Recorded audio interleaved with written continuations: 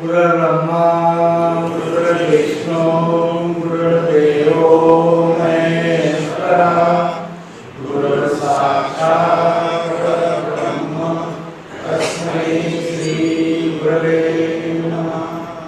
सर्वमङ्गले माङ्गल्ये शिवे सर्वार्थसाधिके शरण्ये त्र्यम्बके गौरी नारायणी नमोस्तुते। ओम श्री गुरु चरण कमलेभ्यो नमः। देखे अखंडित प्रसन्नता आती जयाचा चित्ता तेने निगणे नाही सर्वता संसार दुःखा। जयाचा जटली अमृताचा निर्जरू प्रसवे जयाचा जठरू तया सुधा तुळशीचा अडगरू काहीच नाही। प्रसन्न राहणं हा तुझा जन्मसिद्ध स्वभाव असून देखील तुझे प्रसन्न राहत नाही। त्याच्या कारणांची चर्चा का थोडीशी केली तेवढ्याने भागणार नाही। डॉक्टरांचं निदान केलं मला हा आजार आहे त्याने काय होणार आहे त्या आजार उपचाराचं सांगितलं पाहिजे ना। आपण उपचाराची चर्चा करू की आम्ही प्रसन्न राहण्यासाठी आपल्याला काय करायला हवं नाही। सगळ्यात आधी तुम्हाला एक प्रश्न विचारतो। समजा या भांड्याला धक्का लागला हे पाणी पडलं हे वाही कुठल्या बाजूला वाही हे तर उत्तर पाचव्या मुलाला देखील देता येईल उत्तराकडे। उत्तराकडे म्हणजे नेमकं कुठं जर तुम्ही असा शक्य जर तुम्हाला झालं की जमीन या पाण्याला शोषून घेणार नाही आणि सूर्याच्या उन्हाने या पाण्याची वाफ होणार नाही अशी जर तुम्हाला व्यवस्था करता आली तर हे तांब्यावर पाणी देखील वाहत वाहत कुठं जाईल समुद्राला। बरोबर इथून गटारी जाते गटारी नदीत नदीतून मोठ्या नदीत पाण्याचा प्रत्येक थेंब समुद्र शोधतो कुठे पाणी पडतो उताराकडे जातो म्हणजे काय नेमकं संदिग्ध शब्द आपण म्हणाल फक्त उतारा म्हणतो। टिटवाळा सी लेवलचा 700 फूट उंच सी लेवल म्हणून पाणी उताराकडे म्हणजे पाणी नेहमी समुद्राकडे धावते। मग ते पाणी गंगेचं असो नर्मदेचं असो की गटरीचं असो की नदी नाल्यांचं असो कुठलेही पाणी का पाण्याची उत्पत्ती समुद्रातून झालेली आहे पहाडातून नाही। पाऊस पडतो म्हणून डोंगरात जिरो होतो म्हणून पाणी निघतं तर पाऊसच पडला नाही 4-5 वर्ष सगळ्या नद्या सुकतात। पाण्याचा प्रत्येक थेंब स्वतःचे जन्मस्थान शोधतात। तुम्ही स्वतः मेणबत्ती पेटवली मेणबत्ती ज्योत कुठे जाईल वरती। तुम्ही मेणबत्ती आधी केली तर ती भिंतीकडे जाईल नाही का उलटी केली तर जमिनीकडे जाईल नाही का काय होईल ते पुन्हा पडून वरती जाईल। समर्थ म्हणतात केळा आदरी पोत बळेची खाले हेरीचे बाळा वरती फाळ का अग्नीचे उत्पत्ती स्थान सूर्य आहे। जसं पाणी धावत धावत समुद्राला मिळेल आणि समुद्राला मिळाल्यानंतर त्याचं धावण संपेल। ते गटरीचं पाणी असलं तरी आणि गंगासारख्या पवित्र नदीचं पाणी असलं तरी गंगेला देखील धावायचं आहे जोपर्यंत ते समुद्राला मिळत नाही। हा जीव देखील सुखाच्या शोधात आहे। तुम्ही कोणी सकाळी उठल्यानंतर बाजारात अशासाठी जाणार नाही की त्या दुःख खरेदी करून आणा त्या दुःखीवाला जरा तुम्हाला भेटायला जातो। तुमची सगळी धडपड कशासाठी आहे सुखी होण्यासाठी आहे। का सुखी होण्यासाठी आहे कारण तुम्ही त्या सुख सागरातून आलेला आहात। त्या सुख सागराची स्फूर्ती तुमच्यात आहे आणि सुखाचा शोध हा ईश्वराचा शोध आहे। ईश्वराने काही वेगळं शोधणार नाही तुम्ही सुखाचा शोध ईश्वराचा शोध आहे। भजी खाण्यात देखील सुख आहे पण नंतर लक्षात आलं की भजी खाणं ते सुख क्षणभर टिकतं मग दुसरं कधी शोधू की ते अधिक काळ टिकेल नंतर अधिक शोधू मग असं करत करतो सुखाचा शोध घेत घेत ईश्वरापर्यंत पोहोचेल।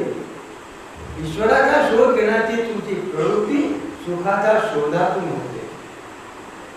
आम्हाला त्यांच्याकडे उत्तर देत त्यांनी आम्हाला मग एक प्रश्न विचारला मजेचा की स्वामी ईश्वराची उपासना किती वेळ करावी? तर 24 तास करावी. अरे तुम्ही म्हणाले आम्हाला 24 तास करणं शक्य आहे का? शक्य आहे, फक्त तुम्हाला तुमच्या दृष्टीत बदल करता यायला हवा. म्हणजे कसं? तुझ्या केलो झाडे तो पुन्हा मुसळले तो.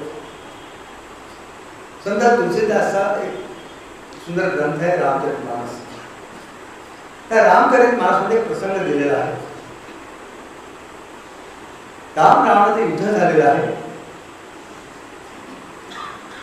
रावण मारला गेला, युद्ध संपलं. रावणाच्या बंदिवासात असलेले सगळे देव सोडून आणले. इंद्र आला. इंद्राने रामाला बंधन केलं.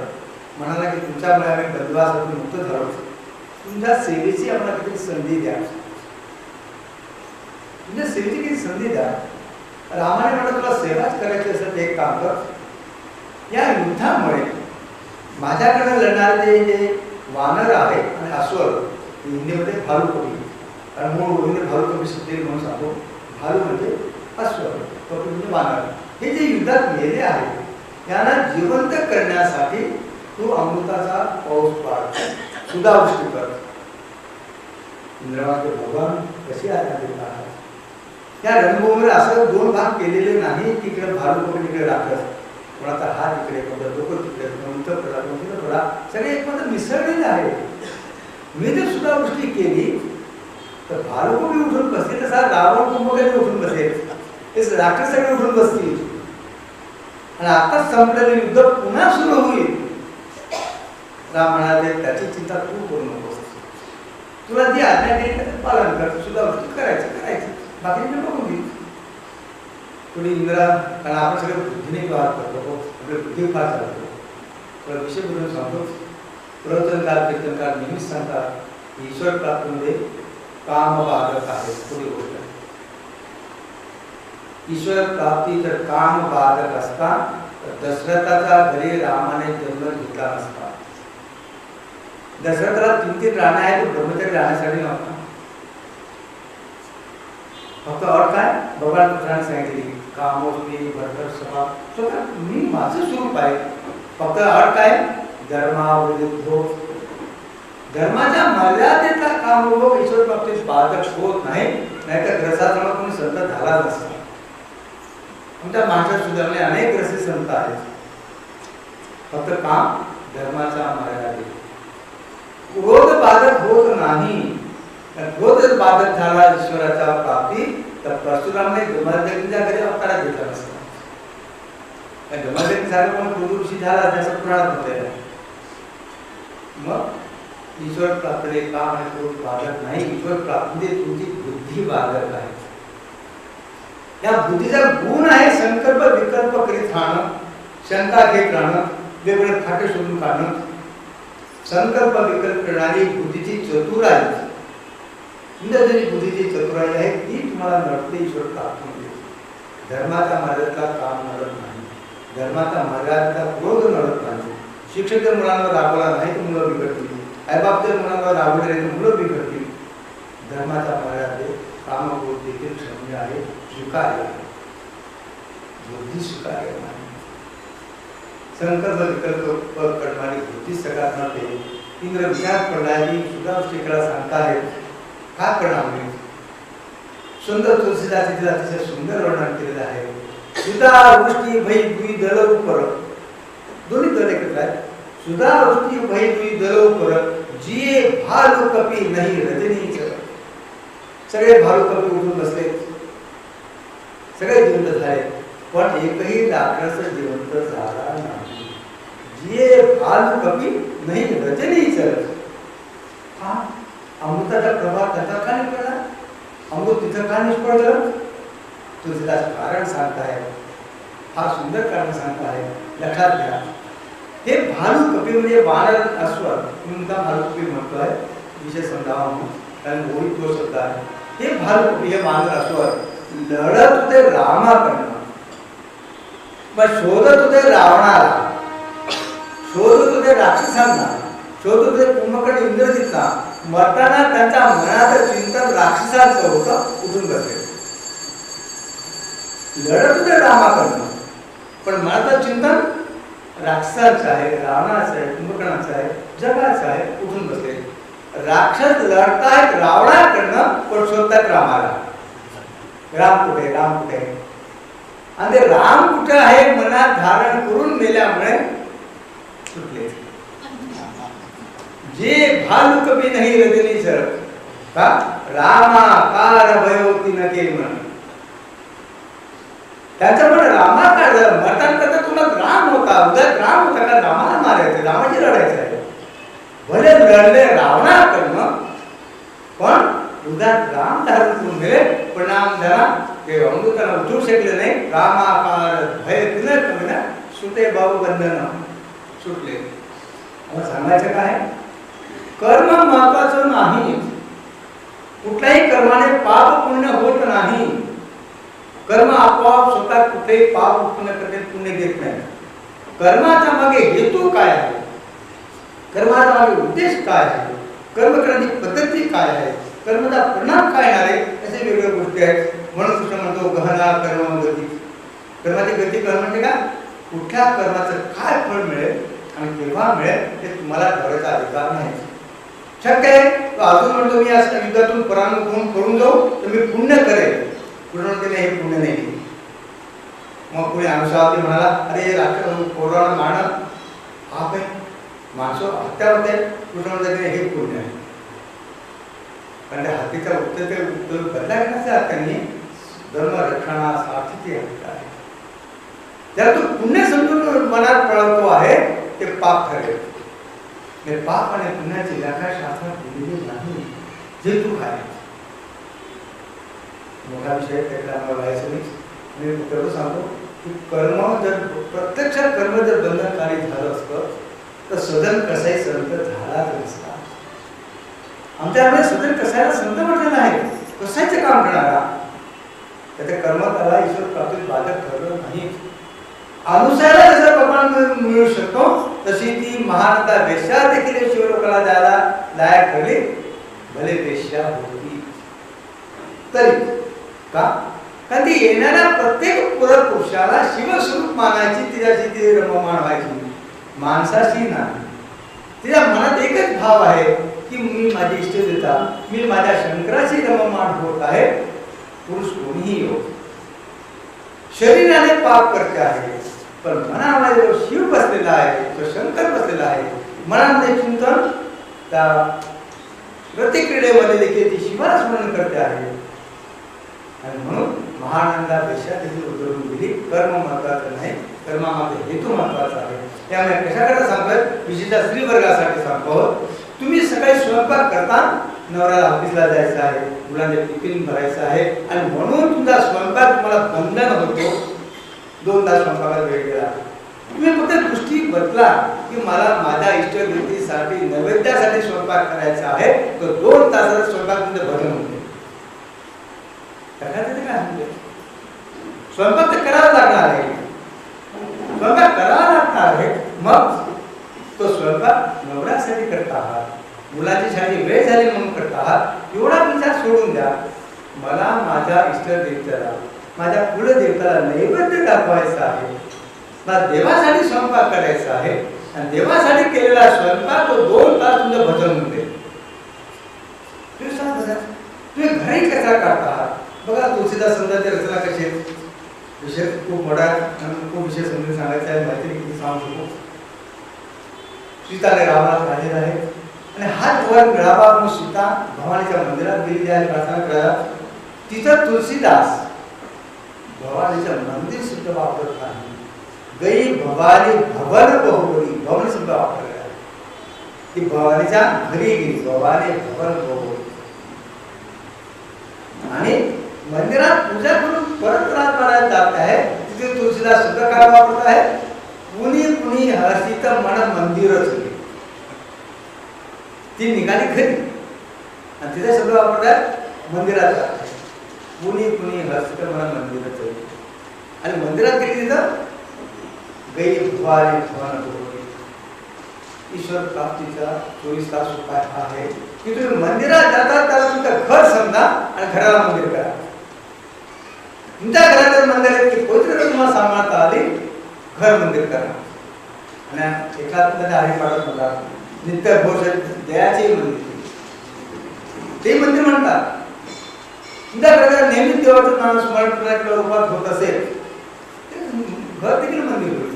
आणि जर तुम्ही घर मंदिर केलं तर त्या घराला काढलेला कचरा देखील त्या देवाची सेवा होऊन जाईल. ती पण एक साधारण होऊन जाईल. त्या घराला काढलेला केलेला पोता ती देखील एक सेवा होऊन दे. मंदिराची सेवा होईल, ईश्वराची सेवा होईल. किंवा 24 तास भजन करता बदलायची तुमची दृष्टी. आम्ही सगळं एक आमच्या दृष्टीने पाहतो. एका झाडातून वटवाघळ लटकली होती. वटवाघळ कशी लटकतात? उलटी. सध्या एक परिस्थिती फार झाली हो.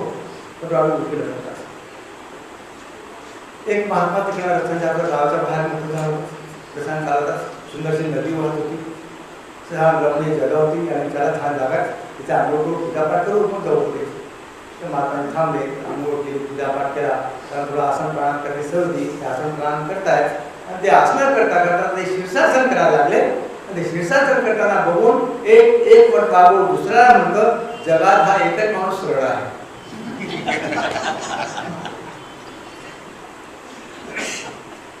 उलट लटकलंय ना. ते उलट लटकलेलं वटवाघूळ झाला. जगात एकच माणूस सरळ बाकी सगळी उलटी दिसत आहे. तुम्ही जगाकडे तुमच्या दृष्टीने पाहतात म्हणून सगळी अडचण आहे. मग एकदा ताईंना गमत सांगितली की काश्मीरमध्ये 5 मित्र गेले. फिरता फिरताना एका बगीचा सुंदर गुलाबाची फुलं दिसली. एकच वस्तू. तुम्हाला साधना करण्यासाठी दुसरं काही करायचं नाही. तुमची जीवन दृष्टी बदलायची नाही. एकच वस्तू आहे. सगळे जण गुलाब पाहतात. त्यात एक चित्रकार होता. त्याने कागद काढला, ब्रश काढला, गुलाब काढला आणि गुलाबाचे चित्र काढायला बसला. दुसरा कवी होता. त्याला कविता लिहायला सुरुवात केली. काढला. तिसरा एक तरुण मुलगा होता. त्याला त्याची प्रियतम आठवली. त्याच्या मनात आलं हे फुल तोडलं असेल त्याच्या केसात घातलं असतं. त्याला प्रियतम आठवली. तो त्या एक भक्त होता. त्याला त्याची इष्टदेवता आठवली की मी हे फुल माझ्या भगवानच्या चरणी पडलो होतं. आणि 5वा व्यापारी होता. त्याला विचार केला त्या लोकांनी फॅक्टरी टाकली तर लोकांनी फॅक्टरी आठवते. एकच गुलाबाचं फुल. एकाला चित्र काढायचं वाटतं, एकाला कविता काढते, एकाला प्रियतमा आठवली. आणि प्रियतमा आठवली तर जन्म घेणे लागे वासनेच्या संगीत. आणि का त्याची इष्टदेवता आठवली. तर तुम्हाला फुल पाहून तुम्ही इष्टदेवता आठवली ते बदल झालं की तुम्ही काय करायचं? तुम्ही काढतात मूळ विचारायचं. मग तुम्हाला सांगितलं पाणी तलाकडे वाहतात. आपल्या मूळ स्थानाला शोधतात. जोपर्यंत ते मूळ स्थानाला पोचणार नाही तोपर्यंत त्याला पाण्याला धावायचं आहे. गंगासारखी पवित्र नदी असली तरी थांबणार तेव्हा थांबेल समुद्राला मिळणार. हा जीव तोपर्यंत अस्वस्थाने बेचैन राहील जोपर्यंत जी शिवाशी मिळणार नाही. जोपर्यंत जीव शिवाचं मिलन होत नाही तोपर्यंत जीवाला धावायचं जायचं. तुमचा सुखाचा शोध हा शिवाचा शोध आहे. तोपर्यंत तुम्ही धावणार आहात. जोपर्यंत शिव मिळत नाही तोपर्यंत तुमचं धावणं संपणार नाही. तर दुर्दैव असं आहे एवढं आयुष्य घालून तिथे तुम्हाला सुख म्हणजे काय ते कळालेलं नाही. दुःख म्हणजे काय तेही कळालं नाही. आपण त्याची थोडी चर्चा करू. नगर डॉक्टर विद्यार्थी कथा सांगू. विषय पुरा करता प्रयत्न करू. समजा तुमच्या घरी जो कोणी नोकरी धंदा करत असेल, व्यवसाय करतो, जे घ्यायचं सकाळी नोकरी गेला, संध्याकाळी घरी परत आला, थकलेला आहे, कंटाळलेला आहे. बायकोने चहा म्हणून ठेवला. थकलेला कंटाळा म्हणजे चहा छान लागला. किती बरा वाटतं म्हणून चहा छान वाटतो. सुख वाटतं चहा. आता नीट लक्षात. समजा त्या बायकोने आम्ही तिला काही कामानंतर घेऊन ठेवला आणि तिने 5-7 कप चहा करून ठेवला एकदम म्हणजे पेज बदलायला 5-7 कप. आणि तिने म्हटलं नवऱ्याला 1 कप छान वाटलं बरं का, अजून एक घ्या ना. ठीक आहे का आणखीन 1 कप घ्या बरं वाटतं ना. हो अजून 1 कप घ्या ना. आणि 3रा कप घेतला तर बरं वाटणार नाही ना. 4था कप घ्यायला आला तर मळणार. आणि 5वा कप पाजला तर उलटून देतो. मग चहाच्या कपाने जर सुख वाटलं होतं तर कपाची संख्या जितकी वाढत जाईल तितकं सुख वाढायला पाहिजे गणिताच्या भाषेत. कळते काय सांगते? 1 कप चहा प्यायला जरी एवढं सुख मिळालं, 2 कप एवढं व्हायला पाहिजे, 5 कप एवढं व्हायला पाहिजे, उलट होत आहे का? जर खरोखर चहामुळे सुख मिळालं तर चहाच्या कपावर सुख वाढत नाही गेलं. जर चहाच्या कपाच्या संगीत सुख वाढत नसेल तर पहिल्या कपाने मिळालं सुख देखील खोटं आहे. इथं सुखाचं कारण कप नाही, चहा नाही, दुसरं काहीतरी असलं पाहिजे. पण आम्ही तो विचार करत नाही. समजा एखादा ऑफिसर आहे, त्याला गुलाबाचं फुल खूप आवडतं. त्याचा जो पिऊन आहे, पट्टेवाला आहे, चपरासी, त्याला तुम्ही जे काही म्हणत झाली तर त्याने रोज साहेबांना गुलाबाचं फुलं आणून दिले. साहेब खुश, माझा पट्टेवाला, माझा नोकर खूप चांगला आहे, रोज मला एक फुलं आणून दिले. आणि मग साहेबाचा मुलगा एकोणता एक मुलगा हा पाण्यात झणपणतो आहे. साहेबांनी डॉक्टरला फोन केला, त्याचं डॉक्टर दवाखान्यात आणण्यासाठी स्थिती नाही, तुम्ही लवकर या. हा येतोय. पुन्हा फोन केला, नाही येतो, निघालो बाजू. साहेब डॉक्टरचे वाट पाहतोय, डोळ्यात मुलगा तापाने तडफडतो आहे आणि नोकर गुलाबाचं फुल आहे, गुलाबाच्या फुलाच्या गुच्छच घेऊन आला. काय केलं साहेब? स्वीकारे शिवाय घाले. अरे तुला गुलाबाच्या फुलाने सुख वाटतो, मग आता का नाही वाटलं? तुला त्या गुलाबाच्या फुलाने खरोखर सुख मिळत होतं, रोज आनंद वाटतो. आता फुलाचा गुच्छ आणून ठेवलेला आहे. हे साहेब हातात त्या गुलाबाच्या फुलाचा रंग बदलला, त्याचा वास बदलला, आकार बदलला, काय बदललं? कोण बदललं? तुम्ही बदललं. गुलाबाची फुलं ऐकलीच आहे. समजा तुम्ही गुलाबजाम तुम्हाला आवडतो, भजी आवडते, आमच्या हातात खायला, गोडात आम्ही येतो खायला, आम्हाला भजी आवडते. त्याला भजी आवडत नसेल तो भारतीय माणूस, भजी आणि जिल्हे दोन पदार्थ असेल. आपला भारत अखंडाचं एक प्रतीक आहे भजी आणि जिल्हे. आणि ते काश्मीर पासून किनार वाटत, त्याला भजी आणि जिल्हे आवडत असेल तो भारतीय मिळतो. खा, आमचे काय प्रश्न असा आहे. समजा एखाद्या गुलाबजाम वाटतो, ते जिल्हे आवडते, पुन्हा जिल्ह्याचा तुकडा आहे, छान वाटतो, मजा वाटते, आणि तिकडे मुलगा पडला, तो तोंडाचा तुकडा देखील गळ्यात उतरेल. आग्रा थूक करून तुमला उचला का? जिल्बी करू लागली. काय झालं? जिल्बी ते बदल झाला नाही. कोण बदललं? तुम्ही बदल. कुठल्याही गोष्टीने तुम्हाला सुख निर्माण होतं ज्यावेळी त्या वस्तूमुळे तुमचं मन काही क्षणासाठी शांत स्थिर होऊन जातं. आता समजा एक नदी वाहते आहे, तर नदीच्या काठी एक झाड आहे. नदी जर शांत असेल, पाणी जर स्वच्छ असेल, तर त्या झाडाचं प्रतिबिंब पान आणि पान त्या नदीत दिसेल. पण नदीला पूर आला, जोरात वाहते आहे, गढूळ झालं पाणी, तर त्या झाडाचं प्रतिबिंब पडणार नाही, दिसणार नाही. तुम्ही हातात आसा घेता, चेहरा पाहता, व्यवस्थित दिसतोय हातात चेहरा, आणि तुम्ही असा करत बसला तर तुमचा चेहरा दिसणार नाही. एखाद्याला काय म्हणतो, तुमचा शक्यतो सोपं भाषा सांगतो, चेहरा तुमचा दिसतोय आरशामध्ये, पण केव्हा आरसा स्थिर असेल तर.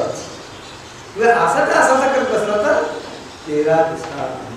भगवान कृष्ण म्हणते अहम माता गुणा केशव सर्व भूत अहम माता, तो तुमच्या हृदयात बसलेला आहे. ज्या क्षणी तुमचं मन स्थिर होईल, त्या क्षणी तुमचं मन चित्त स्थिर राहील, त्या क्षणी त्या आत बसणाऱ्या परमात्माचा प्रतिबिंब त्या स्थिर मनात पडतो. तो तुझा सुखाचा क्षण आहे. ज्या क्षणी तुमचं चित्त कोणाही कारणामुळे चंचल होतं, अस्थिर होतं, ते प्रतिबिंब दिसत नाही, आणि ते प्रतिबिंब न दिसल्याने तुम्ही दुःखी होता. आई डोळ्यासमोर दिसली नाही तर बाळक रडायला लागतं. ते प्रतिबिंब दिसत नाही म्हणून व्याकुळ होता, रडायला लागतात. पण मला हे कळत की ते प्रतिबिंब स्थिर शांत. एक लक्षात ठेवा, जगातली कोणतीही व्यक्ती तुम्हाला सुख देत नाही, कोणी तुम्हाला दुःख देत नाही.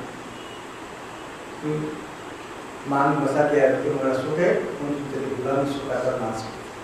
पतीला वाटतं पतीमुळे सुख आहे, पतीची मानसिक गुलामी आहे. मग ती सोन्याच्या बांगड्या मारल्या तर पैसा परवडत असेल, पगार तो लाच खाईल, विश्व घेत पण बांगड्या आले का? पत्नीमुळे मी सुख आहे, भ्रम आहे. आज समजा तुमच्याकडे पोस्टमन येतो, एका माणसाला खूप जरुरी पैशाची 500 रुपये आज भरायची मुलाची फी भरायची खूप अडचण आहे, पैसे नाही, लोकांना हात विचार पडला आहे आणि अचानक कोणते त्याला मंडळावर पाठवलेली 500 रुपयाची गोष्ट म्हणाला, साहेब तुम्ही मंडळावर आहे, हा किती रे बाबा चांगला तू, मला पैशाची खूप अडचण होती, बरं झालं तुला आला द्यायला, त्याला मिठी मारे, तर हार घालून द्या म्हणे का ते पैसे पोस्टलमध्ये दिलेले नाही, कोणीतरी मंडळावर पाठवली, ती त्याने कुठं पोहोचवली, तुम्ही त्या पोस्टमध्ये आभार मानणार काय, त्याला मिठी मारणार काय, सगळ्यात पोस्टमध्ये तार आणून दिली, तुम्ही तार होता कोण आले माझं करणार तुम्ही तार आहे, अजून काय तरी तार पडतात, कोणी मेल्याची तार आली तर पोस्टमध्ये शिवाय देणार, काय नारायण माणूस सकाळी सकाळी येऊन तो कोणी मेल्याची बातमी आली, पोस्टमध्ये काय करेल, तो फक्त पोहोचवतो आहे, मेल्याची बातमी पोहोचवत आहे, त्या पोस्टमध्ये काही संबंध नाही आणि 500 रुपये मनी ऑर्डर आणून दिली त्यातील पोस्टमध्ये काही संबंध नाही, तो फक्त पोहोचवतो आहे. तुमच्या जीवनात येणारी प्रत्येक व्यक्ती फक्त पोस्टमन आहे. तुमच्या प्रारब्धात असलेलं सुख त्या व्यक्तीच्या माध्यमाने तुम्हाला पोहोचत आहे, तुमच्या प्रारब्धात असलेलं दुःख त्या व्यक्तीच्या माध्यमाने पोहोचत आहे. ती व्यक्ती तुम्हाला सुखही देत नाही आणि कोणती व्यक्ती तुम्हाला दुःखही देत नाही. दुःख आणि सुख हे तुमच्या प्रारब्धाप्रमाणे तुम्हाला भोगायचं आहे. व्यक्ती फक्त निमित्त बनते. कुठलीही वस्तू तुम्हाला सुख देऊ शकत नाही, कारण वस्तूमध्ये सुख द्यायचा गुण असता तर भजी सगळ्यांना आवडली असती नाही, प्रत्येकाला आवडली म्हणा. कपड्यामध्ये सुख वाटतं तर सगळे एकासाठी कपडे घालत नाही, याचा अर्थ वस्तू सुख देत नाही. वस्तू फक्त निमित्त बनते, व्यक्ती फक्त निमित्त बनते. तर बघा नुकतं लग्न झालेलं आहे, अजून अंगावरची अंगात धुतली गेलेली नाहीये आणि नवरा मिलिटरीत आहे, बरोबर ऑर्डर आली की भारत पाकिस्तानची शक्यता आहे, रजा सगळ्या कॅन्सल, तत्काळ हजर व्हा. काय परिस्थिती, अजून अंगावरची अंगात धुतली गेलेली नाही, नवऱ्याला युद्धभूमीवर जावं लागतं आहे. पत्नी किती दुःखी होत कल्पना करू शकता तुम्ही. नवरा गेलेला आहे, युद्ध लांबलं संपलं, नवरा सुखरूप आहे, 2 वर्षांनी रजा मिळाली, परत आलेला आहे. नवरा घरी परतला आहे, दाराची बेल झालेली आहे, पत्नी दार उघडत आहे, दोन्ही समोरासमोर उभा आहे. पत्नी विचारेल तो कोणत्या गाडीने आला, विचारेल तो तुझ्यासारखी कापण केलं नाही. काही क्षण नुसते एकमेकांच्या चेहऱ्याकडे पाहत राहतील आणि तो क्षण त्याच्या सगळ्यात आनंदाचा असेल. ज्या क्षणी ती बोलायला सुरुवात केली तो आनंद कमी व्हायला लागेल. 2 वर्षांनी भेटलेले आहात, नुकतेच लग्न करून जावं लागलेलं आहे, 2 वर्षांनी भेटले, समोर आले तर ते विचारतो नुसते पाहत राहतील आणि तो त्याचा सगळ्यात आनंदाचा क्षण असेल. काय झालं, तर आम्ही आपल्या बुद्धाच्या कधीकडे म्हणणार तुम्ही सगळे तुझ्या काही पण नोकरी करतात, व्यवसाय करतात, ठीक आहे. आता जर तुम्ही नोकरी करतात किती पगार मिळतो, इकडे खूप पगार होतो, किती मिळतो, 50,000 रुपये, ठीक आहे, हरकत चांगली होतं, 50,000 रुपये पगार मिळतो. 5 सगळे 9 वाजेपासून 5 मिनिटं ड्युटी करायला लागते, खूप हार्ड होतं ना, पासून करत असतात. आम्ही 1 लाख रुपये पगार द्यायला तयार आहोत, डबल. 50,000 पगार असेल तर आम्ही 1 लाख रुपये देतो. आमच्याकडं काम काही काम सांगणार नाही. खा प्या फिरा, टीव्ही पहा, सिनेमा पहा, गप्पा गोष्टी करा, मित्र भेटा, काय ते करते, स्वतंत्र आहात. आम्ही काही काम सांगणार नाही, तरी 1 लाख रुपये पगार देऊ. एक अट आहे, काय अट आहे, झोपायचं नाही.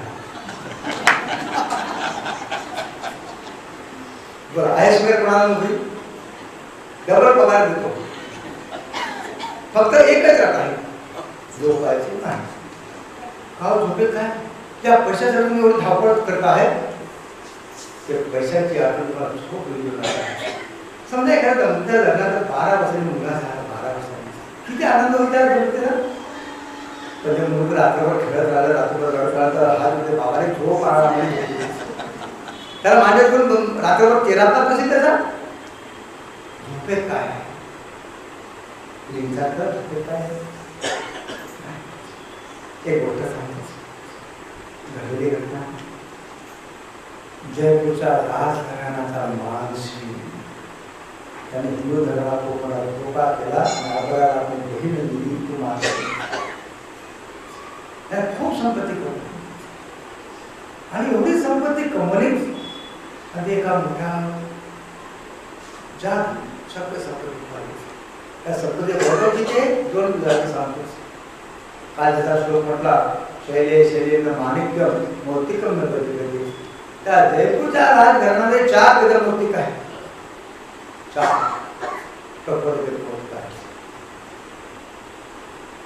पान खाऊन चुकाची पिंजणी अशी आहे सोन्याची रत्नजडीत, म्हणजे छोट्या खोलीत ठेवली तर प्रकाशासाठी दिवा लावायची गरज नाही, तिचा प्रकाश पडेल अशी पान खाऊन चुकाची पिंजणी आहे. थोडं वैभव असेल ते सगळं वैभव गोळा करून मी लक्षात नाही का, कारण तर प्रश्न झाला आमची सवय शाळेची ना तुमचा थोडं वैभव आहे. त्या माणसांनी विचार केला की माझ्या पुत्राचा आता जे असंच गेलं तर ते सांभाळू शकणार नाही. म्हणून आमची भारतीय संस्कृती एवढं शिकवते तुम्हाला, तुम्ही चुकीच्या रस्त्याने जात आहात की मुलाला शिकून 2 पैसे कमवण्याचा लायक करा, त्याच्यासाठी त्याच्या आयुष्यभर पुरेला पैसा कमवून गोळा करायची भारतीय संस्कृती प्रथम देत नाही. तुम्ही तर 5 मिनिटाची चिंता करत बसलेला. मुलगी आहे, लग्न करून सासरी पाठवा, बापाची जबाबदारी संपली. आणि म्हणून आमच्याकडे बाणप्रस्थाश्रम होता आणि संन्यासाश्रम होता. बाणप्रस्थाश्रम म्हणजे आता घर संसार लक्ष घालायचं नाही, उलट झालेलं आहे. सर्व्हिसला असो तर आपल्या घरात त्याला वेळ नसतो. मला वेळ बाजारात जा, तुझा आता रिटायर झालेला आहे, वेळ जात नाही, चल मी जाऊन बाजारात. घरात नवीन सून आलेली असते, त्याला फ्लावर पाहिजे असते, म्हातारा स्वस्त म्हणून दूधही घेऊन येतो. मग आता समाजात जास्त लक्ष घालतो, रिटायर झालं की काम नाही ना. 5 किलो साखर आता आठवडाभर आणली होती, संपली एवढा. अरे पूर्वी पण संपत होती, कारण तू पाहत नव्हता. आता संपली होती, आधी पण संपत होती, पण आता ते तो कळायला लागलं. का तुम्ही लक्ष घातलं करा. मग ज्या वेळेला लक्षात घालायला पाहिजे त्यावेळेला लक्ष दिलं नाही. आणि रिटायरमेंटची वेळ आल्यानंतर जो वानप्रस्थाश्रम सुरू झाला त्यावेळेला ते लोक लक्षात घालायला लागले, उलट व्हायला लागले. त्यामुळे स्वतः सुखी होत नाही आणि नवीन दंपतीला सुखी होऊ देत नाही. त्यामुळे सुखाने संसार करायचे, तुम्ही तुझे लक्ष घाला संसारात. काय नाही संसार लक्ष घालायचं, घरातली भजन त्यावेळेस भजन सुचत नाही. दात पडला भजन सोडतो, मग तो थोडं राम राम शब्द नाही लागते, दात पडला तो लांब लांब होतो, आणखी लांब जातो.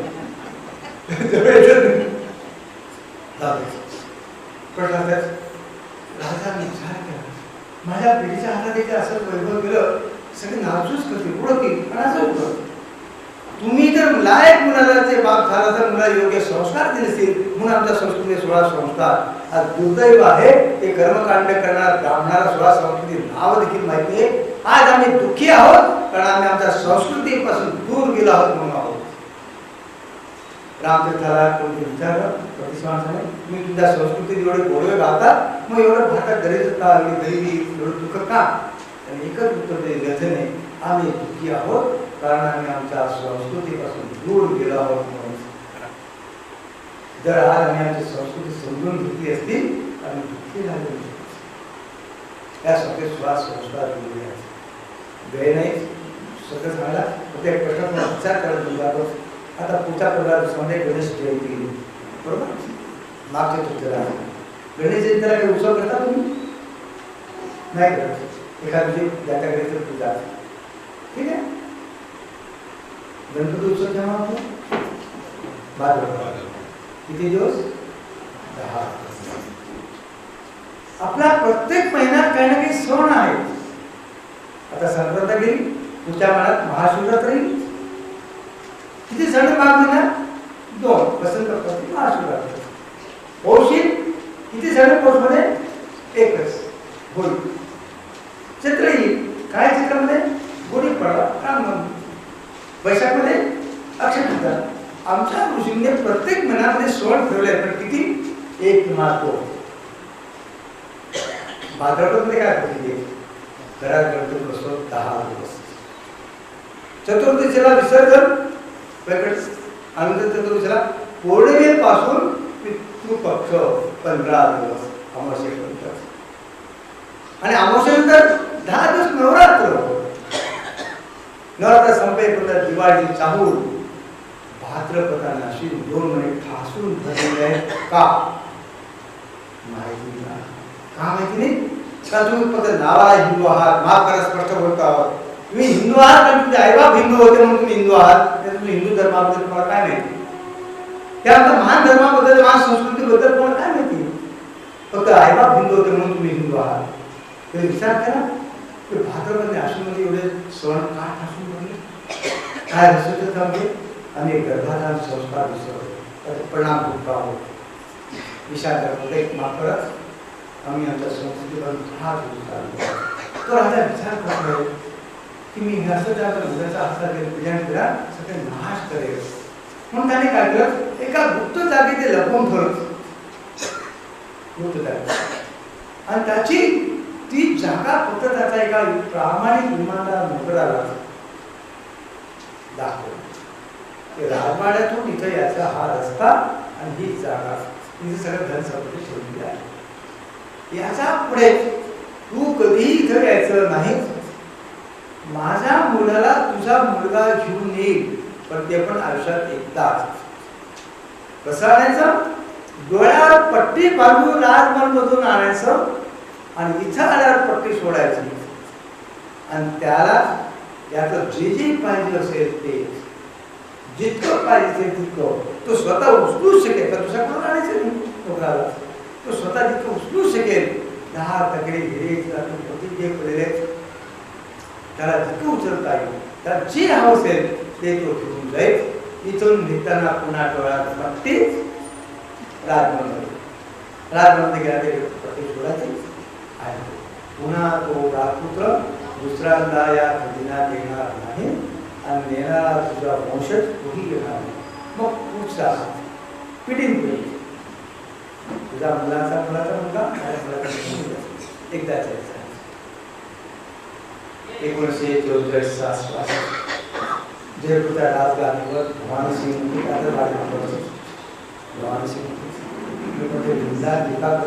विषय निघाला म्हणून सांगतो. अतिशय कामची प्रवृत्तीचा त्या ब्रिगेडियर इंग्रजांचा राजे, इंग्रजांचा राजे त्या ब्रिगेडियर अंग्रेज अहंकार आधीचा मर्कड तसा मध्य काळ तशाच त्याला 20 वर्ष झाला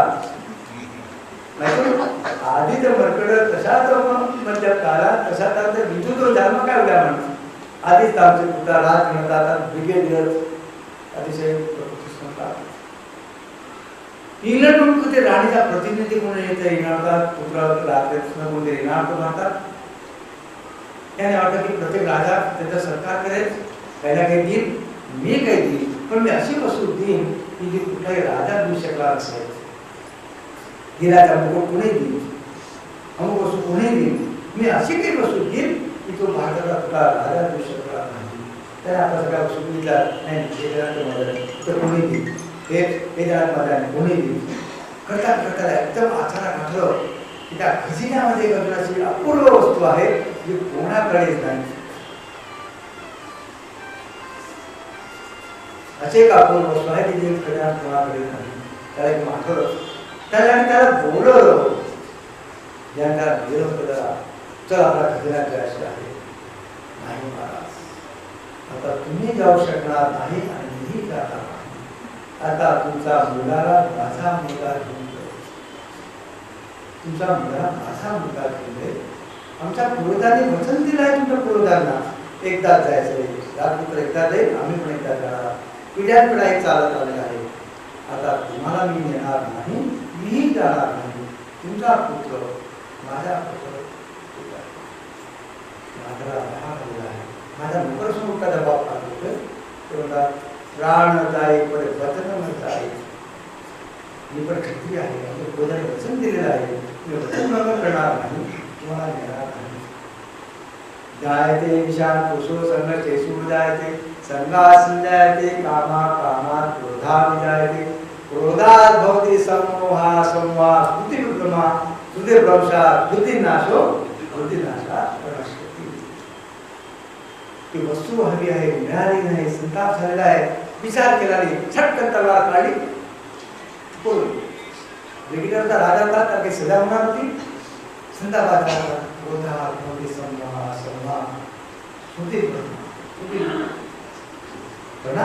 आशा महाराज गेला एकदम आठवलं, अरे खजानचा रस त्याच्याकडे गेलो, तो खजान ठेवला कुठं आहे हे याला मुलाला सांगायला वेळ मिळाला नाही. आज देखील तुम्हाला कोणाच्या रस असेल तर शोधायला जायला हरकत नाही. आज देखील भारत सरकार, राजस्थान सरकार, जयपूर राजघराणं आणि ज्यांना खजना सुद्धा रस असे हजार शेकडो लोक शोधतायत, तो अमेरिकेला दगड ठोकून बघितला जात आहे. तर अमेरिकेला सगळं पाणी सुकवलं गेलं की तिथं काही गडबड असेल, खोदला गेला तलाव जयपूरचा काही अजूनही तिथे इतकी धनसंपत्ती आहे की आमच्या पंचवार्षिक योजनाला लागते त्याकडे पडलेलं आहे. आखी पंचवार्षिक योजना पूर्ण होऊन जातील एवढा धन तिथं अजून आहे, सापडत नाही. मला त्याच्या शोधाला हरकत मिळाली, थोड्या आम्हाला पाठवून द्या मिळत का. तो रसा गेला, कसा गेला. आता आम्हाला तुम्हाला प्रश्न विचारतो, तुम्हाला त्या राजपुत्राची दया वाटेल की एवढ्या आम्हाला खजिन्याचा मालक पण काय दशा आहे तिची, डोळ्यात पट्टी बांधून जातो आहे आणि पट्टी बांधून परत येतो आहे, तेव्हा तो खजिन्याची जागा माहिती नाही, तिथं जायचं कसं. तेव्हा तुम्हाला त्या राजपुत्राची दया येत असेल तशी दया आम्हाला तुमच्याबद्दल येते. तुला झोप कशासाठी आली, त्या झोपेत तुम्ही त्या परम खजिन्यापर्यंत पोहोचा म्हणून सगळे फ्रेश होऊन परत येतात. पण तिथे जायचं कसं आहे तुम्हाला माहितीचे का, डोळ्यात पट्टी बांधलेली. तिथे जर तुम्हाला सावधपणे जाता आलं तर जगाची कुठली ताकद देखील तुम्हाला दुःख देऊ शकेल. जाता झोपेत रात्री झोपणी झाली तर सगळे स्वस्तानी वाटत, प्रसन्न वाटत, काम उत्साहाने वाटत. मग झोपेत काय म्हणतात, त्या झोपेमध्ये त्या खजिन्याच्या दरवाजा पुढे जातात. अजून आत गेला नाही, फक्त दरवाजा पुढे जातात, खजिन्याच्या दरवाजा पुढे जातात, तिथून परत येतात. तरी सगळ्या एवढं प्रसन्नता आहे, उत्साह आहे. तर त्या दरवाजाच्या आत जाता आलं आणि ते जागृतपणे जाता आलं, झोपेत नाही. तर तुम्हाला कोण झोपू शकतो. त्या राजपुत्राची जितकी दया करायची त्यापेक्षा स्वतः दया करा. तुम्ही झोपे त्या खजिन्यापर्यंत जाता. समजा एखादी बॅटरी आहे, बॅटरी आहे स्टोरेज बॅटरी जीपमध्ये गाड्यामध्ये किंवा खेडेगावमध्ये कार्यक्रम असतात, तर ती बॅटरी आणि बॅटरी जर डाऊन झाली तर आवाज बंद. मग काय करावं लागतं, त्या बॅटरीला चार्ज करावं लागतं. ही पण एक स्टोरेज बॅटरी आहे. ही पण तुम्ही काम करा नका करू, घरी दुसरे रिकामी बसू ना तरी हळूहळू ही पण बॅटरी डिस्चार्ज होऊन जाते. डिस्चार्ज झाल्यानंतर त्याला पुन्हा चार्जिंग करायला लागते. पण अडचण अशी की कुठल्या दुकानात चार्ज होते, दुकानच नाही. ही चार्ज झाली की पुन्हा सगळं उत्साह येणार नाही. बॅटरी चार्ज केली पाहिजे म्हणून स्वतः म्हणून पुन्हा चार्जिंग केलं, तुम्हाला मिळतो त्या दुप्पट पगार देतो. एकाच वाटाय झोपायचं नाही. आहे सुद्धा नाही सुद्धा.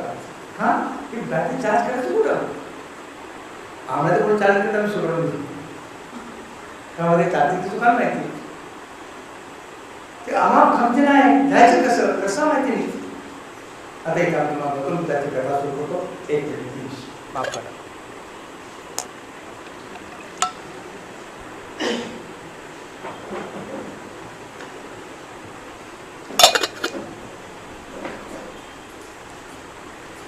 काय करतो मी त्याची कथा.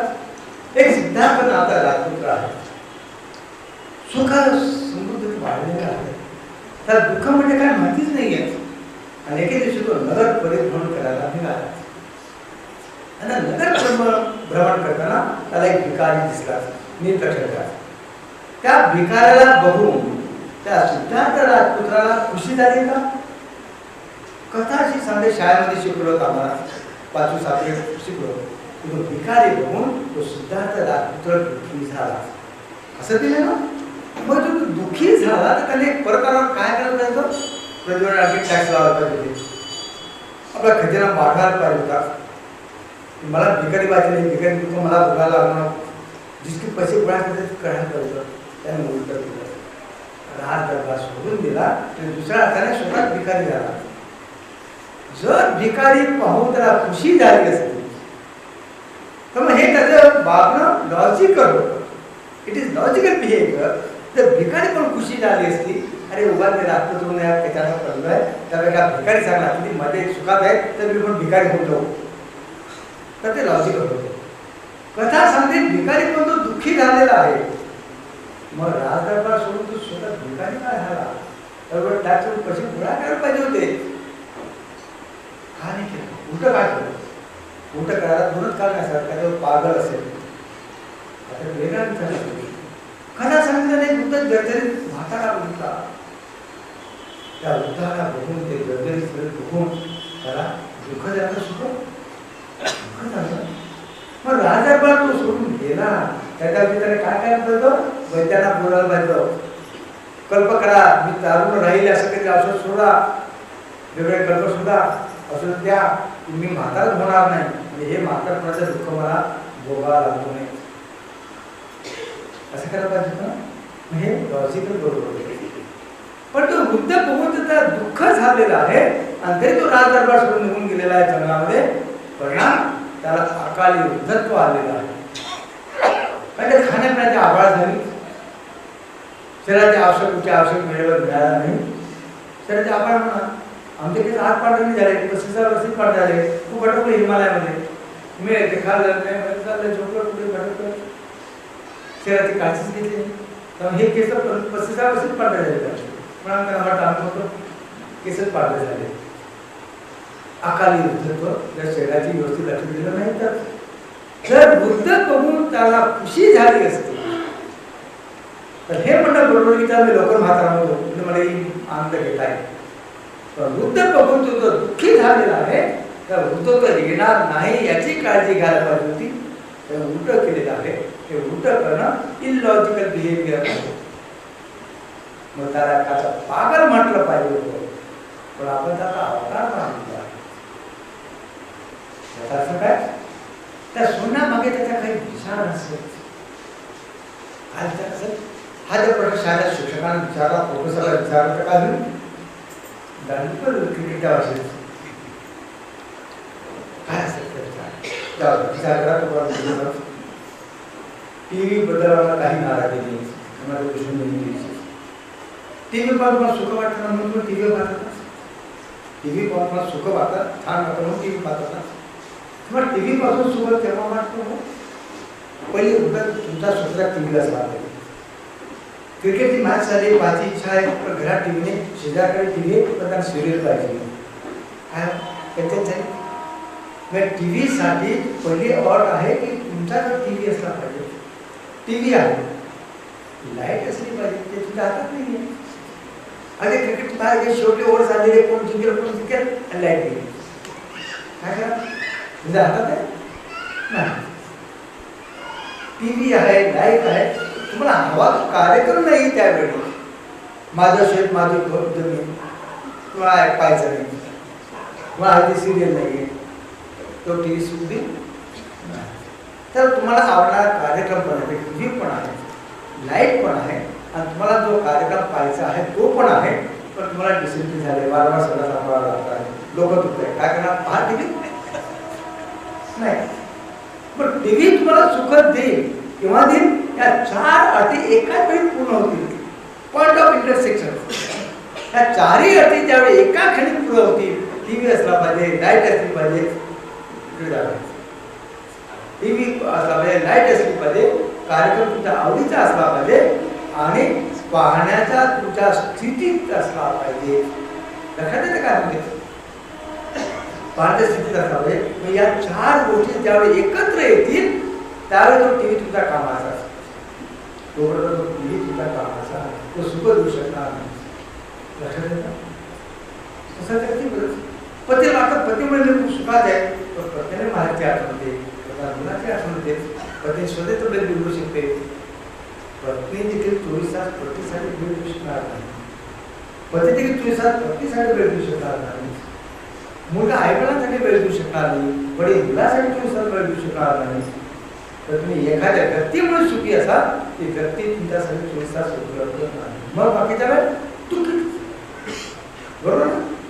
टीव्हीमुळे सुख होतं, 4 आठवडे, त्याच्या बाकीच्या वेळ दुःखात. आणि तुम्ही 24 तास टीव्ही पाहू शकाल नाही, पाहू शकणार. नोकरीला जायचे, अमोल करायचे, कारण करायचे, अमोल करायचे, 24 तास टीव्ही तर पाहू शकतो.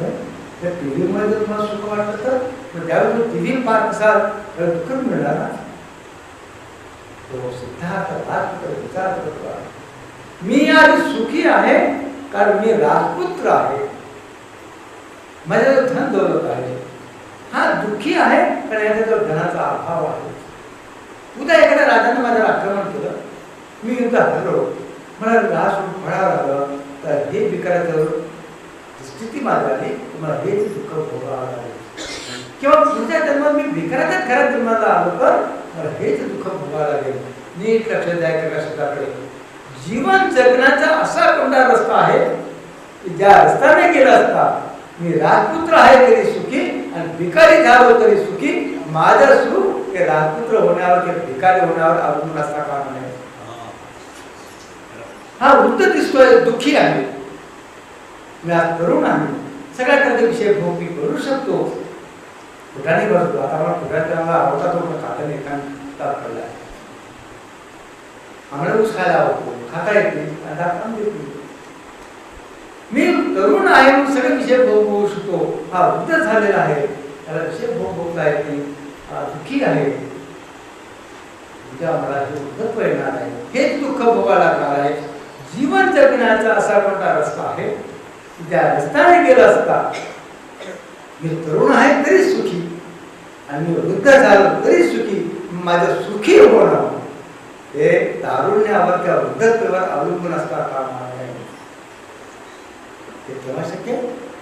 ज्यावेळी तुम्हाला सुखाचा असा रस्ता सापडेल की जो वस्तू आणि व्यक्ती निरपेक्ष असेल, irrespective of the things and person.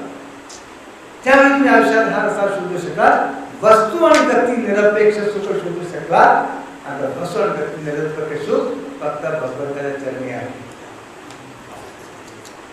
तिथे कुठल्या वस्तू तुम्हाला झोप का दिली? झोप कुठल्या वस्तूशी संबंध नाही. तुम्हाला पैसा हवाय, बघत बघा तिथून थोडा ऑफिसर आहे, कलेक्टर वरती सोडून पाहतोय, झोप असेल ते विचार सोडा लागते. झोप एक छोटंसं सुख आहे तुझ्याजवळ, वस्तू आणि व्यक्ती निरपेक्ष. ईश्वराने तुम्हाला झोप देऊन सुचवलं आहे की यापेक्षा मोठं सुख आहे. आणि म्हणून आमच्या विषय भोगाला काय सुद्धा आहे? उपभोग. उपनगर मुंबईच्या बाहेर आहे, उपनगर आहे. ते मुंबई नाही आहे, काय उपनगर आहे, उपभोग आहे. याचा आता महाभोग अजून कुठला तरी असला पाहिजे. तुम्ही उपभोग घेत आहात, महाभोग निसर्ग आहे. नव्हत्या देखील सकाळच्या नव्हत्या वेगळ्या, दुपारी काय करतात? महाभोग. महाभोग किंवा वस्तू आणि व्यक्ती निरपेक्ष. साधारण अर्थ काय? साधारण अर्थ हाच आहे, तुमचा सुख कुठल्या वस्तूवर असता कामा नये आणि व्यक्तीवर अवलंबून असता कामा नये. जोपर्यंत तुम्ही वस्तू आधारित सुख शोधा, ते वस्तू जर तुमच्या हाती आली नाही तर तुम्ही दुःखी व्हाल. जोपर्यंत व्यक्ती आधारित सुख शोधा, ते व्यक्तीपासून दुराला तर दुःखी व्हाल. आणि आमच्यावर कसं दुःख? मला काय म्हणतो गंगेला की आमच्या हातावरची जी रेखा आहे ना, धनरेखा, ती करोडपतीची, त्याला हात पातळ करून बघून घ्या.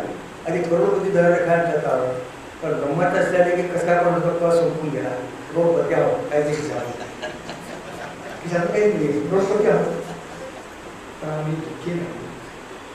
आणि म्हणून कधी म्हणतो, जो सुख मिले फकीर ने, जो सुख मिले फकीर ने, अमेरिका क्या चीज है? का? तर त्याचं सुख वस्तूवर अवलंबून नाही, त्याचं सुख व्यक्तीवर अवलंबून नाही. आणि वस्तू आणि व्यक्ती सुखाचा त्याचे थोडीशी झलक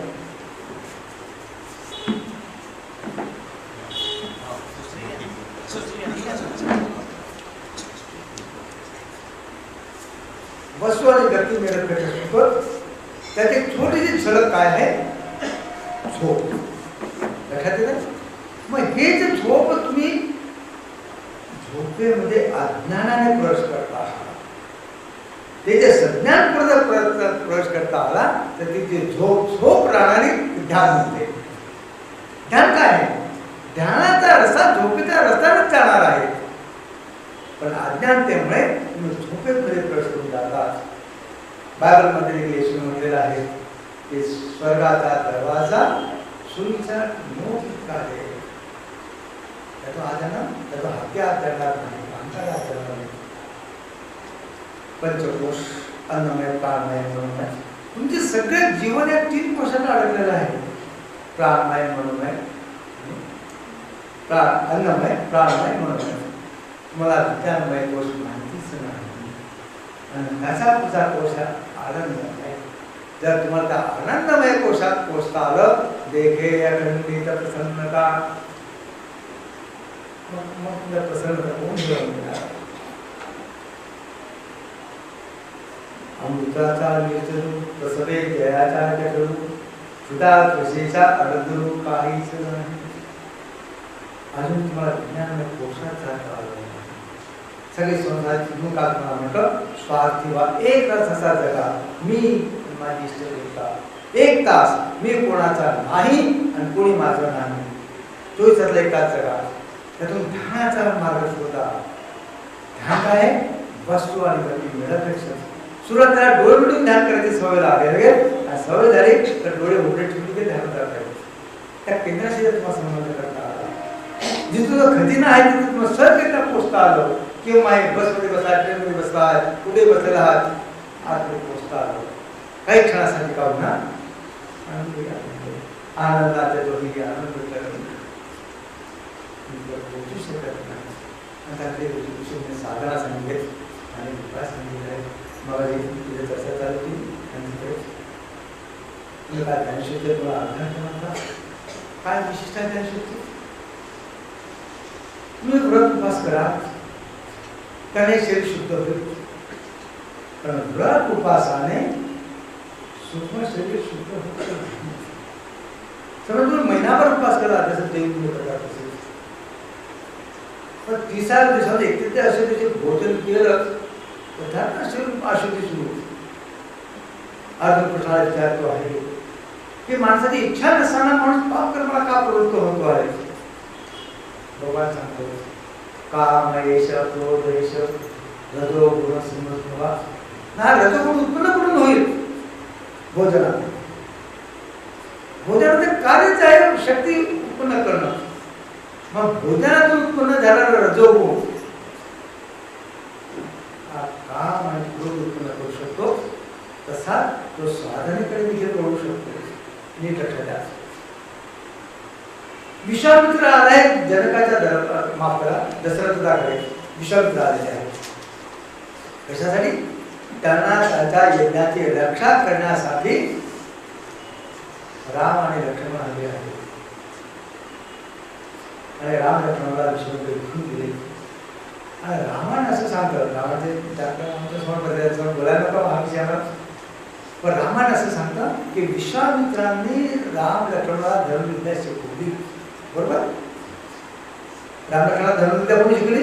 विश्वामित्र. मग त्या विश्वामित्रांना धर्मविद्या सगळी येत होती, मग त्याने यज्ञाचे रक्षण का नाही करून घेतलं? स्वतः पागल केली राम लक्ष्मणाची. नीट लक्षात. रावणाच्या वधासाठी राम लक्ष्मणाने जन्म घेतला क्षत्रियाच्या घरी. कंसाच्या वधासाठी कृष्णाने जन्म घेतला क्षत्रियाच्या घरी. बलिराजाला मारायचं नव्हतं, भिक्षा मागायची होती, म्हणून वामन अवतार झाला ब्राह्मणाच्या घरी. फरक काय? क्षत्रियाच्या घरी रजोगुण. रजोगुण ही एकच शक्ती अशी आहे की जी तुम्हाला साधनेकडे वळाला तर ते ईश्वराकडे घेऊन जाईल. रजोगुण इंजिन आहे. तमोगुण मार्केटचे डबे समजा, थर्ड क्लास समजा, डबा आपोआप चालणार नाही. तर रात्रोज तमोगुणी असतात हे म्हणणे चुकीचं आहे. तमोगुणी असतात तो झोपून आहे, कारण जड आहे, आळस आहे, क्रियाशक्ती नाही तमोगुणात. क्रियाशक्ती रजोगुणात आहे. ज्यावेळी रजोगुण तमोगुणाशी जोडेल त्यावेळी तो राक्षस होईल.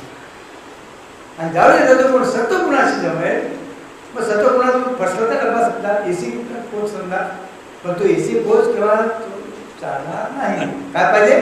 इंजिन पाहिजे. इंजिन पाहिजे. आणि इंजिन काय? रजोगुण इंजिन आहे. आणि हे रजोगुण इंजिन जर सत्वगुणाशी जुळला तर तुम्हाला देवत्वाकडे गेली. हा रजोगुण तमोगुणाशी जुळला दानवाकडे गेली. हा रजोगुण तुम्ही कसा वापरायला अवलंबून आहे. आणि म्हणून या रजोगुणाचा क्षय करण्यासाठी साधू संन्यासी तर गुरु सेवा सांगितली आहे, रसासाठी आयुर्वेदाची सेवा सांगितली आहे. आज आमच्या संस्कृतीला लाज वाटत अशी परिस्थिती आहे की आम्हाला इथं वृद्धाश्रम उघडायला लाज वाटत प्रत्येक हिंदूला. ज्या संस्कृतीमध्ये मातृदेवो भव म्हटलेला आहे, ज्या संस्कृतीमध्ये पितृदेवो भव म्हटलेला आहे, त्या संस्कृतीमध्ये वृद्धाश्रमाची कल्पना देणार. मातृदेवो भव पितृदेवो भव सांगणारी संस्कृती इथं वृद्धाश्रमाची गरज पडते आहे.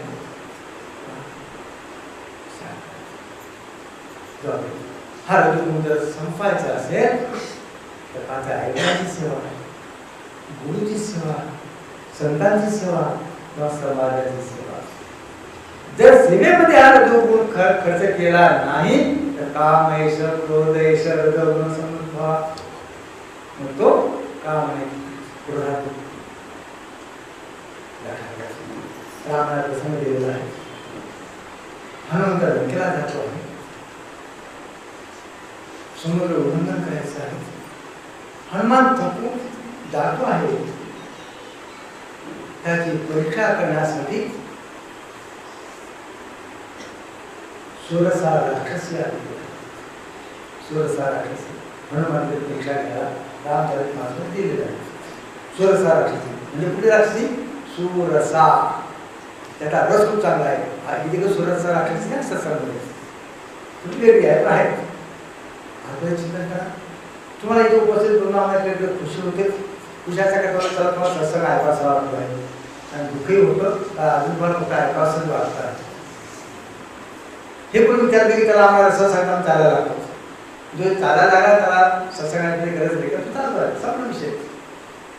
सत्संग जोपर्यंत ऐकायचे जोपर्यंत निर्धार होत नाही की ही काही परमशक्ती आहे त्याची खात्री होत नाही आणि तिकडे जायची प्रेरणा होत नाही.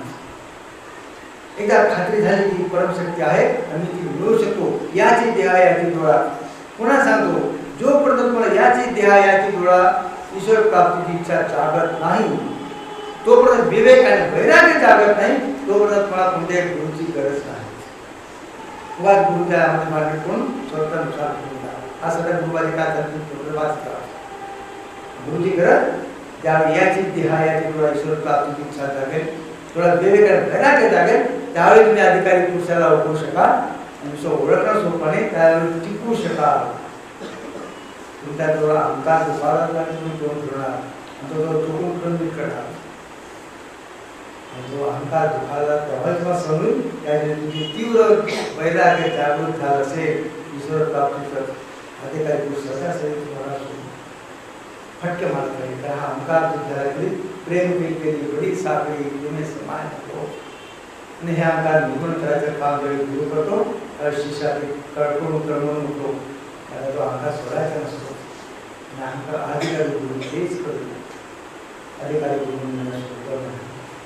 लोकशाहीच्या जमान्यात एक सांगितलं जातं ज्या लायकीची प्रजा त्या लायकीचा शासक. सध्या आपली भारतीय प्रसिद्ध बघताय आम्हाला बरंच आहे ज्या लायकीची प्रजा त्या लायकीचा शासक. हेच वाक्य अध्यात्मामध्ये ज्या लायकीचा साधक त्या लायकीचा गुरु. तुम्ही तसे करू शकता. ज्यावेळी तुमचा ते विवेक वैराग्य जागेल याची डोळा याची डोळा देहा याची डोळा ईश्वर प्रतीचे जागेल त्यावेळी तुम्ही अधिकारी तुमच्या शोध घ्याल मिळेल आणि त्याच्या शैली घेऊन टिकू शकाल. टिकणं पण मुश्किल आहे. त्यावेळेस ती सुरसा राक्षसी आहे. सुरसा त्यात रस खूप चांगला आहे म्हणजे सुरसा राक्षसी सात्विक गुण आहे. सात्विक गुणाचा सुरस आहे. ती काय करते हनुमंताला गिळायचा प्रयत्न करते आहे. झोपडा करते आहे. हनुमंत तिचा दुप्पट मोठा होतो तिने गुरुने म्हणून. सुरसा राक्षसी सोपट मोठी होते. हनुमंत 8 पट होतो ती 16 पट होते. हनुमंत बघतो मी हिला काही पार पाडू शकणार नाही पण मी जेवढा मोठा होतो ती थोडा तेवढा मोठा करते आहे. सुरसा राक्षसीला भिण्यासाठी हनुमंत काय केलं लहान दिले एकदा लहान पुन्हा निघून गेले. सात्विक गुण सगळ्यात मोठा अहंकार करतो.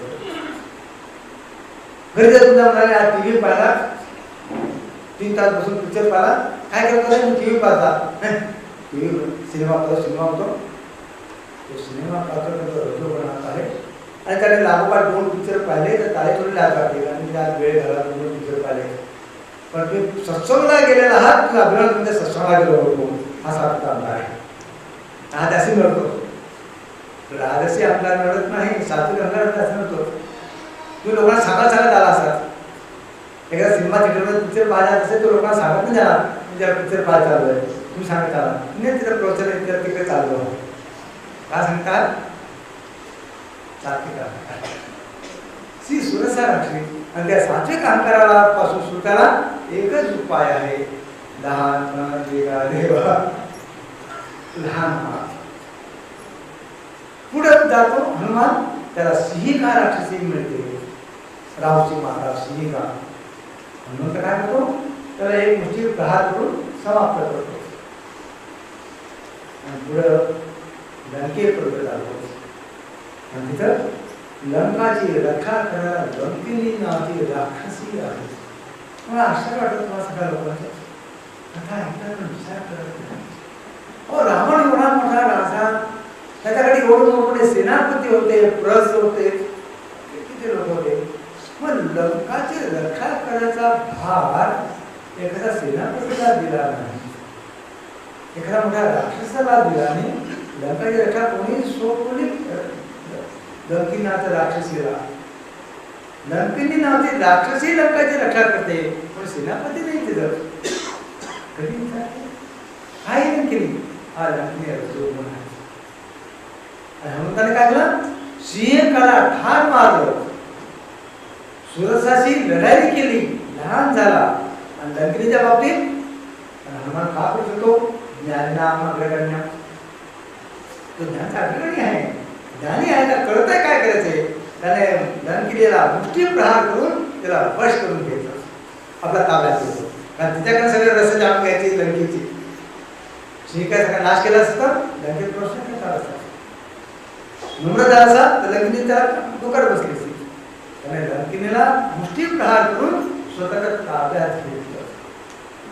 म्हणजे साधकासाठी का तुम्हाला जर रजोगुणावर ताबा मिळवता आला, सत्वगुणात जर तुम्ही नम्र झालात तर स्थितीजवळ त्याला सोपं आहे. काय स्थिती गमत? सीता दुःखी आहे, कुठं बसलेली आहे? अशोकवनात. अशोक जिथं शोक असू नये तिथे तुम्ही दुःखी घ्या. ना फक्त अशोक आहे, अशोकवनात बसलेली आहे, तिथे दुःखी आहे. का? कारण ते अशोकवन रावणाचं आहे. ते त्या जनकच्या राजाचे असतं तर ते अशोकवन त्या अर्ध्याचे असतं तर प्रश्न झाला. स्वामीजी राम रावणाच्या युद्धामध्ये रामाने वानरांची मदत केली. भरतलाकडे सांगितलं की अर्जुन सेना पाठवून दे, आणि सेनाकडे मागलाय अर्जुन. वानरांनी भावी कारण आहे, वानर झाडावर राहतात. जर सैन्य आला असं रावण सांगितलं एक एक सोन्याचं घर तुम्हाला आता सगळं पळून गेलं. सेना आली सी आणि रावणाने त्याला सांगितलं जो माझ्याकडे त्याला एक सोन्याचं घर, नका सोन्याची आहे, तर सगळे रावणा सोडून लागले रावणाकडे धावले असते. तर वानराला सांगितलं तर मला काय करायचं तुझी सोन्याची नका, ते झाडावर राहतात. तुम्ही आलात का? तुम्हाला थोडं प्रलोभन दिलं तर तुम्ही रामाला सोडायला तयार आहात. पैशाच्या लोभाने, वस्तूच्या लोभाने, व्यक्तीच्या लोभाने. म्हणून रामाने विचार करून कोणाने माणसाची मदत घेतली. आमच्या देवी देवतांचे प्रत्येकाची वाहन आहे का? विष्णूचं डोंगर आहे, शंकराच्या नंदी आहे, गजाननाचं मंदिर आहे. प्रत्येक देवी देवताने वाहन निवडलेलं आहे, पण कुठल्याही देवी देवताने माणसाला वाहन म्हणून निवडलेलं नाही. आहे कुठे देवतेचं पण माणसाला बसलेली नाही. का? कारण दोन कारण. एक चांगलं नाही, वाईट. वाईट कारण असं आहे की माणसाच्या अनेक व्याख्या आहेत, पण आम्हाला सगळेच एक व्याख्या जास्तीत जी आवडते ती ही की माणूस हा एकच प्राणी आहे जो बहाणे काढू शकतो. आपल्याला अर्जंट काम आहे आणि सील पाठवून दिली, मेडिकल पाठवून दिली. माणूस हा एकच प्राणी जो बहाणे काढू शकतो. पशु पक्ष्यांकडे बहाणे नाही. कुठे पक्षी सूर्योदयानंतर कुठं देखवाच नव्हतं आणि तू जागरा झाला म्हणून पडतो नव्हतो. हो झाला बहाणे. मी रोज 5 हात उठून आंघोळ करून जप करते वेळ काल सर्दी झाली तर म्हणून आज झोप काढली होती. आणि त्या वेळेला उठायला की आम्हाला आधार लागतो. पशुपक्षाला आधार निघत नाही. देवाने विचार केला की माणसाला जर भान मिळवलं आणि मला त्या गजराने हात मारली तर तो माणूस म्हणजे मी सेलवर आहे. घरी मेडिकल लिव्ह आहे. गजरा गेली त्याच्या तोंडामध्ये मगाचा माणसावर कोणी विचार ठेवायला. हा दुसरं कारण असं आहे की देवाने तुला स्वतंत्रता दिलेली आहे की तू साधन बदल करून आमच्या पंक्तीला येऊन घेस. तुला महान म्हणून आम्ही अडकून ठेवत नाही, बंधनात टाकत नाही. तुझ्या ती क्षमता आहे तुझा देवत्व पाहण्याची आणि तू देवत्व प्राप्त करून आमच्या पंक्तीला येऊन बस म्हणून स्वतंत्र ठेवलंय. आता खरं कारण बोलताय तुमच्या तुम्ही ठेवून घ्या. आम्ही सांगणार हनुमंताने लंकेला वश केलेला आहे. सुरसासमोर नम्र झालेला आहे आणि सिंहाचा नाश केलेला आहे. ज्या दिवशी तुम्हाला तमोगुणाचा नाश करता येईल, सात्विक अहंकारापासून दूर राहू शकतो. आणि हा सगळ्यात मोठा धोका आहे. गळतना जातो टीव्हीवर देखील प्रवचन ऐकतो, त्या धार्मिक सिरी पाहतो, त्यात तुम्हाला खुशी वाटते. पण हा सुख अहंकार आहे. माया तू बळी ठगी सूक्ष्म रूपाने ठगत राहते. सावध राहा. माया सूक्ष्म रूपात ठगत राहील. सात्विक अहंकार पूर्ण झाला तर सगळं रजोगुणाला ताब्यात जर घेता आलं, रजोगुण जर शुद्ध करता आला, रजोगुणाला तर सात्विक गुणाचे जोडता आलं, विश्वामित्र युद्ध करू शकत नाही. का ते सत्वगुण संपन्न आहे. आणि सत्वगुण संपन्न व्यक्तीवर आदेशक्ती नसते, क्रियाशक्ती नसते. आणि म्हणून विश्वामित्र धनुष्यविद्याचा जाणकार असून देखील राम लक्ष्मणाला आणावं लागलं. आणि त्या रजोगुणाच्या स्वीकारासाठी राम लक्ष्मणाला क्षत्रिय कुलात जन्म घ्यावा लागला. लक्षात येते ते विश्वामित्राकडे जर राक्षस गेले असेल, महाराज आपण दर्शन विद्या शिका त्यांनी शिकवली असते. त्या सत्वगुणामध्ये भेदभाव करता येत नाही. सत्वगुणामध्ये एक क्रियाशक्ती नाही. म्हणून विश्वामित्राकडे राम लक्ष्मणाची गरज पडली. जर तुम्हाला रजोगुणाला ताबा ठेवता आला, रजोगुणाला शुद्ध करण्याचा एकच उपाय आहे सेवा. आई वडिलांची सेवा, देशी सेवा, धर्माची सेवा, दरिद्र नारायणाची सेवा, समाज सेवा, संतांची सेवा, कुठल्याही स्वीकार करा. या सेवा हा रजोगुण शुद्ध होणार नाही. शुद्ध झाला रजोगुण फक्त सत्वगुणाचे गुण तुम्हाला ईश्वराकडे घेऊन जाईल. रजोगुण तमोगुणाकडे राक्षस करून त्या दिवसाला रजोगुण सत्वगुणाकडे आणि साधनेच्या रसात झोपेवरून ज्या ठिकाणी जाऊन पोचतात त्या ठिकाणी तुम्हाला जागृत असेल पोचता आलं. त्या राजकुमारासाठी दशा करून नका. जागृत असेल तुम्हाला त्या आनंदाच्या खजिनापर्यंत पोचता आलं. हा मनोमय कोश पार करून विज्ञानमय कोशात विज्ञानमय कोशातून मग ज्ञानेश्वरी रचंद्र उपासने स्थूल शरीर शुद्ध होईल. तर सूक्ष्म शरीर, हे सूक्ष्म शरीर शुद्ध करायला ध्यान म्हणजे सगळ्यात उत्तम उपाय आहे. नीट लक्ष द्या. कारण हे जग अक्षरापासून पूर्ण झालेलं आहे. स्पंदनापासून ओम पासून जग उत्पन्न झालंय. सूक्ष्म जगत उत्पन्न करतोय. मग काय सोळा विषय आणि मग तुम्ही ज्ञान शुद्ध करायचं लक्षात द्या. देवा तुमची गणेशू, गणेश शब्द पाहिजे पण माऊलीने गणेशू लिहिलेला आहे. देवा तुमची गणेशू सकल नवी प्रकाशू, प्रकाश शब्द नाही प्रकाशू शब्द आहे. म्हणे निवृत्ती दासू. ज्ञानेश्वरीमध्ये आकारात्मक शब्द फार थोडे आहेत, उकारात्मक शब्द जास्ती आहे. आणि हा उकारात्मक शब्द तुमचं सूक्ष्म शरीर सिद्ध करत जाईल. म्हणून आम्हाला ज्ञानशब्दाचा आग्रह करतो. जर तुम्हाला ज्ञानशब्द ही ओवी जीवनात अनुभवाची असेल, देखे अखंडित प्रसन्नता, तर ज्ञानशब्दाच्या जे सरळ जाणून घ्या. सत्वगुणाला नम्रतेने स्वीकार करा. रजोगुणाला शुद्ध करा. तमोगुणाला नाश करा. तो आनंदमय कोशाच्या तुम्हाला प्रवेश करता आला तर जगातली कुठली ताकद नाही तुम्हाला दुःख देऊ शकेल. 2 दिवसात एक करू बोललेले असेल तुम्ही संतर अशा कार्यक्रमामध्ये असेल नाही आहे. मुखावल्याचा नको करतो असतो. पुन्हा कधी योगाला गणपतीचा सेवेचा सिद्धिगणाय गणपती त्यांनी आज्ञा केली.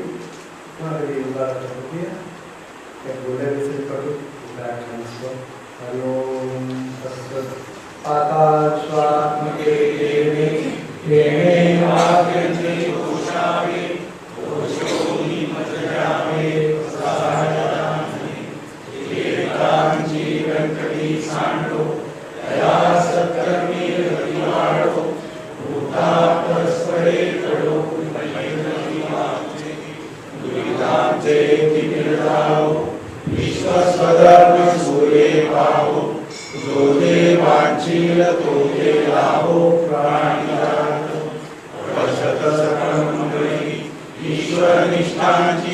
मंदिराणी अनवरत भूमंडळी चला कल्पत उच्चयारो चेतना चिंतामणी से गाव बोलते जे अर्णव चंद्रने जे अलांछन मार्कंड जे तापहीन हे सदाई सदा सज्जन सोयदेव किंबहुना सर्वसुखी पूर्ण होई योगी भजिजो आदि पुरुषी